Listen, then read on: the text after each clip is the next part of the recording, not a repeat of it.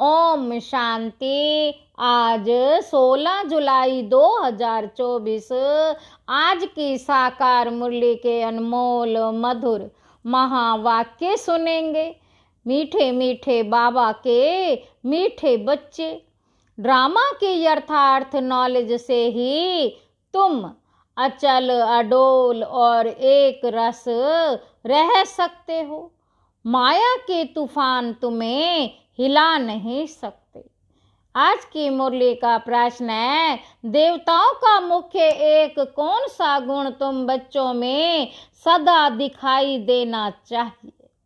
उत्तर है, बाबा कहते हर्षित रहना। देवताओं को सदा मुस्कुराते हुए हर्षित दिखाते हैं, ऐसे तुम बच्चों को भी सदा हर्षित रहना है। कोई भी बात हो, मुस्कुराते रहो, कभी भी उदासी या गुस्सा नहीं आना चाहिए। जैसे बाप तुम्हें राइट और रॉन्ग की समझानी देते हैं, कभी गुस्सा नहीं करते, उदास नहीं होते, ऐसे तुम बच्चों को भी उदास नहीं होना है। ओम शांति। बेहद के बच्चों को बेहद का बाप समझाते हैं। लौकिक बाप तो ऐसे नहीं कहेंगे, उनके तो करके 5-7 बच्चे होंगे। यह तो जो भी सभी आत्माएं हैं, ये तो जो सभी आत्माएं हैं आपस में ब्रदर्स हैं, उन सब का जरूर बाप होगा। कहते भी हैं हम सब भाई भाई हैं। सबके लिए कहते हैं, जो भी आएंगे उनके लिए कहेंगे हम भाई भाई हैं। ड्रामा में तो सभी बांधे हुए हैं, जिसको कोई नहीं जानते। बाबा कहते यह ना जानना भी ड्रामा में नूंद है। जो बाप ही आकर सुनाते हैं, कथाएं आदि जब बैठ सुनाते हैं तो कहते हैं परम पिता परमात्माए नमः। अब वह कौन है ये जानते नहीं। कहते हैं ब्रह्मा देवता, विष्णु देवता, शंकर देवता, परंतु समझ से नहीं कहते हैं। ब्रह्मा को वास्तव में देवता नहीं कहेंगे, ब्रह्मा को वास्तव में देवता नहीं कहेंगे, देवता विष्णु को कहा जाता है। ब्रह्मा का किसी को भी पता नहीं है, विष्णु देवता ठीक है, शंकर का तो कुछ भी पाठ है ही नहीं, उनकी बायोग्राफी नहीं है। शिव बाबा की तो बायोग्राफी है। वह आते ही हैं पतितों को पावन बनाने, नई दुनिया स्थापन करने। शिव बाबा की तो बायोग्राफी है, वह आते ही हैं पतितों को पावन बनाने, नई दुनिया स्थापन करने। अभी एक आदि सनातन देवी देवता धर्म की स्थापना और सब धर्मों का विनाश होता है। सभी कहाँ जाते हैं? शांति धाम। शरीर तो सबके विनाश होने हैं, नई दुनिया में होंगे ही सिर्फ तुम। नई दुनिया में सिर्फ होंगे भी तुम। जो भी मुख्य धर्म है उनको तुम जानते हो, सबके तो नाम ले नहीं सकेंगे। छोटी छोटी टाल टालियां तो बहुत हैं। पहले पहले हैं डिटिज्म, फिर इस्लामी। यह बातें सिवाय तुम बच्चों के और कोई की बुद्धि में नहीं।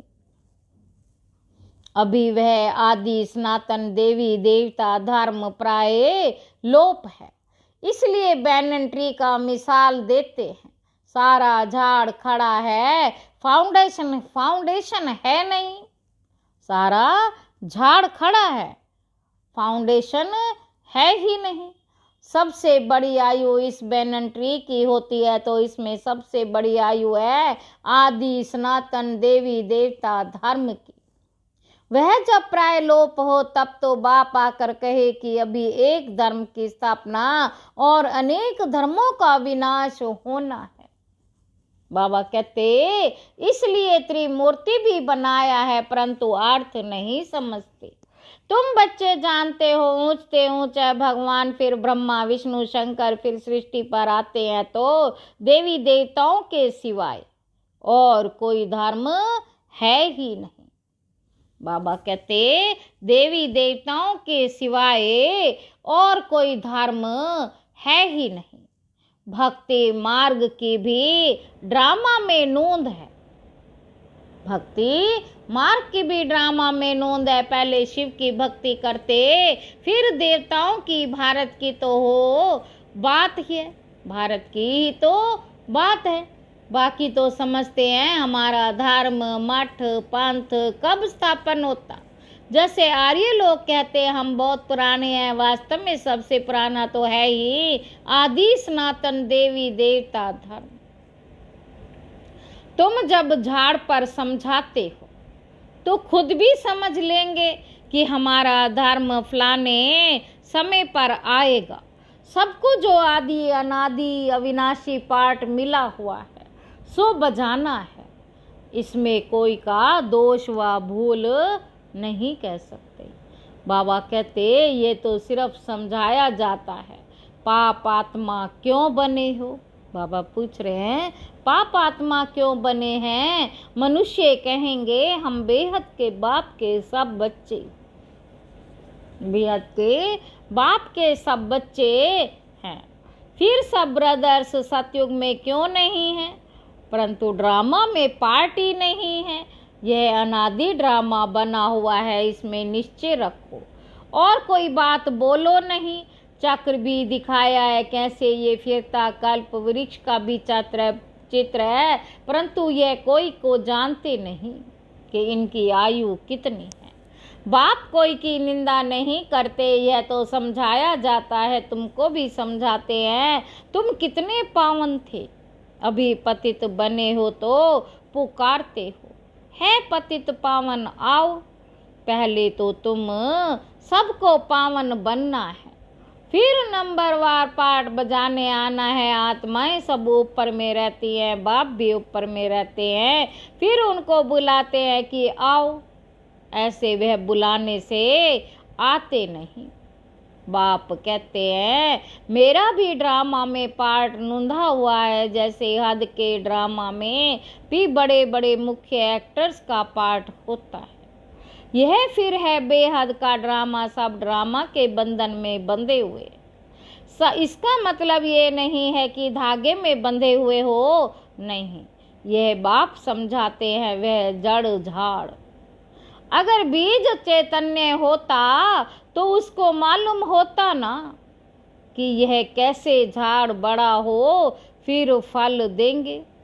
यह तो चैतन्य बीज है इस मनुष्य सृष्टि रूपी झाड़ का, उसको उल्टा झाड़ कहा जाता है। बाप तो है नॉलेजफुल, उनको सारे झाड़ की नॉलेज है। यह है गीता, यह है वही गीता की नॉलेज, कोई नई बात नहीं है।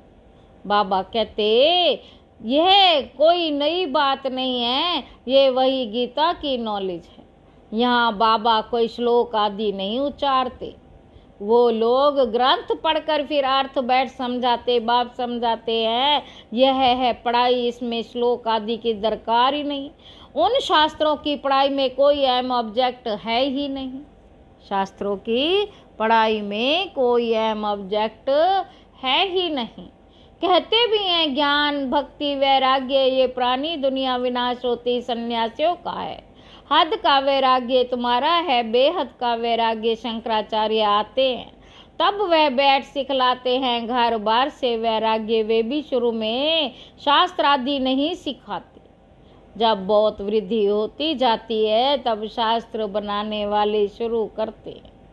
पहले पहले तो धर्म स्थापना करने वाला एक ही होता है, फिर आहिस्ते आहिस्ते वृद्धि को पाते हैं। यह भी समझाना है सृष्टि में पहले पहले कौन सा धर्म था, पहले पहले कौन सा धर्म था। यह है आदि सनातन देवी देवता धर्म था, जिसको स्वर्ग हेवन कहते हैं। तुम बच्चे रचित और रचना को जानने से आस्तिक बन जाते हो। नास्तिक पने का कितना दुख है। निधन के बन पड़ते हैं, आपस में लड़ते झगड़ते रहते हैं। कहते हैं ना, तुम आपस में लड़ते रहते हो, तुम्हारा कोई धनी धोनी ना ही है क्या? इस समय सब निर्धन के बन पड़ते हैं। इस समय सब निधन के बन पड़ते हैं। नई दुनिया में पवित्रता, सुख, शांति सब था। अपार सुख थे, यहाँ अपरंपार दुख ही है। वह है सतयुग, यह है कलयुग, अभी तुम्हारा है पुरुषोत्तम संगम युग। यह पुरुषोत्तम संगम युग एक ही होता है। सतयुग त्रेता के संगम को पुरुषोत्तम नहीं कहेंगे। यहाँ है असुर, वहाँ है देवताएं। तुम जानते हो यह रावण राज्य है। रावण के ऊपर गधे का शीश दिखाते हैं। गधे को कितना भी साफ कर उस पर कपड़े रखो, गधा फिर भी मिट्टी में लेट कर कपड़े खराब कर देगा। बाप तुम्हारे कपड़े साफ साफ गुल गुल बनाते हैं, फिर रावण राज्य में लिथड़ कर अपवित्र बन जाते। आत्मा और शरीर दोनों अपवित्र बन जाते। बाप कहते तुमने सारा श्रृंगार गंवा दिया। बाप को पतित पावन कहते हैं। तुम भरी सभा में कह सकते हो कि हम गोल्डन एज में कितने श्रृंगारे हुए थे, कितना फर्स्ट क्लास राज्य भाग्य था, फिर माया रूपी धूल में लिथड़ कर मैले हो गए। बाप कहते हैं ये अंधेरी नगरी है। भगवान को सर्वव्यापी कह दिया है। जो कुछ हुआ वे हूब रिपीट होगा। इसमें मूंझने की दरकार नहीं है। 5000 वर्ष कितने मिनट, घंटे, सेकंड, एक बच्चे ने सब धर्म वालों का हिसाब निकाल कर भेजा था। इसमें भी बुद्धि व्यर्थ की होगी। बाबा तो ऐसे ही समझाते कि दुनिया कैसे चलती है। प्रजापिता ब्रह्मा है, ग्रेट ग्रेट ग्रैंडफादर। उनका ऑक्यूपेशन कोई नहीं जानते। विराट रूप बनाया तो प्रजापिता ब्रह्मा के भी उड़ा दिया। बाप और ब्राह्मणों को यथार्थ रूपी जानते नहीं। उनको कहते भी हैं आदि देव। बाप समझाते हैं मैं इस झाड़ का चैतन्य बीज रूप हूँ। बाबा कहते, बाप समझाते हैं मैं इस झाड़ का चैतन्य बीज रूप हूँ। यह उल्टा झाड़ है। बाप जो सत्य चैतन्य ज्ञान का सागर, उनकी महिमा जाती।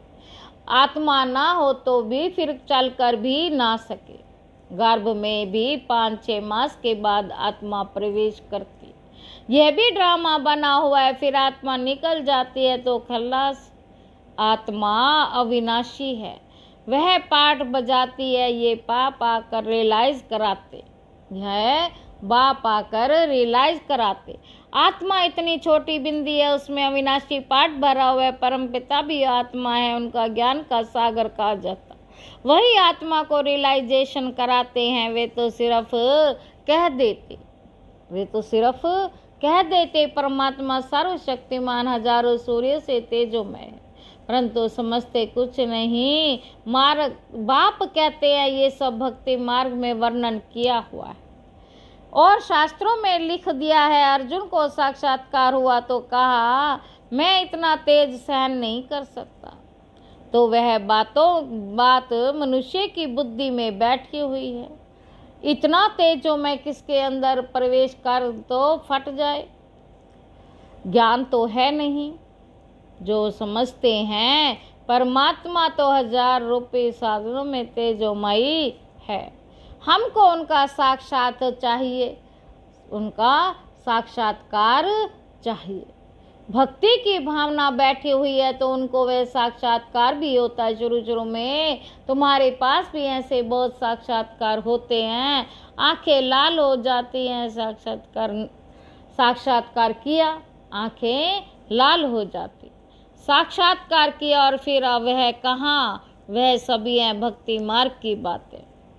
तो यह सब बाप समझाते हैं, इसमें ग्लानि की कोई बात ही नहीं। बच्चों को सदैव हर्षित रहना है।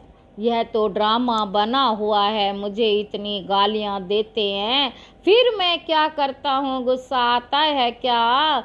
समझता हूँ ड्रामानुसार ये सब भक्ति मार्ग में फंसे हुए हैं। नाराज होने की बात ही नहीं।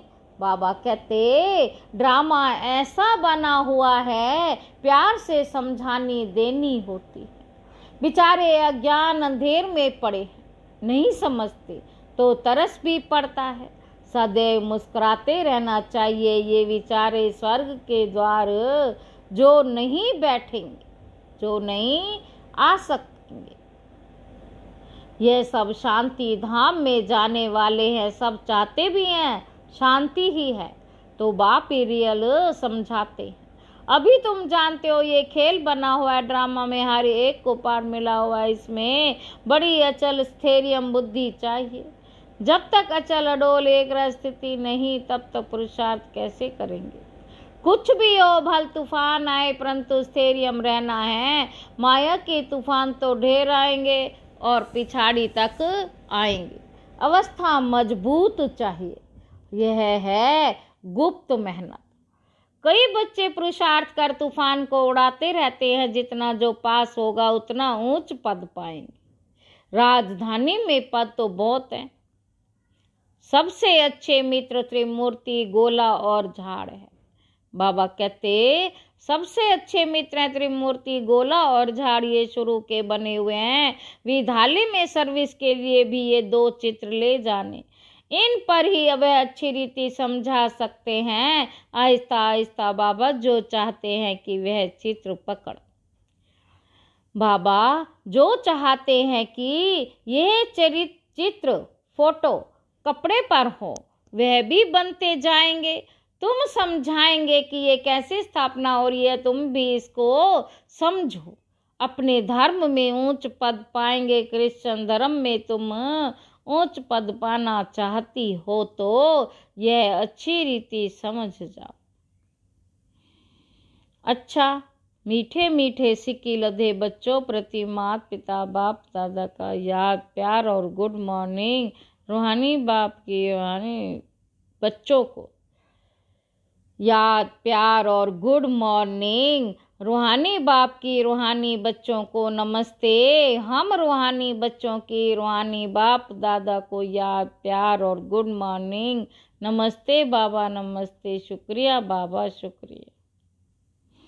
धारणा के लिए मुख्य सार पहला पॉइंट है, इस पुरुषोत्तम संगम युग पर पवित्र बन स्वयं का श्रृंगार करना है। कभी भी माया की धूल में लिथड़ कर श्रृंगार बिगाड़ना नहीं है।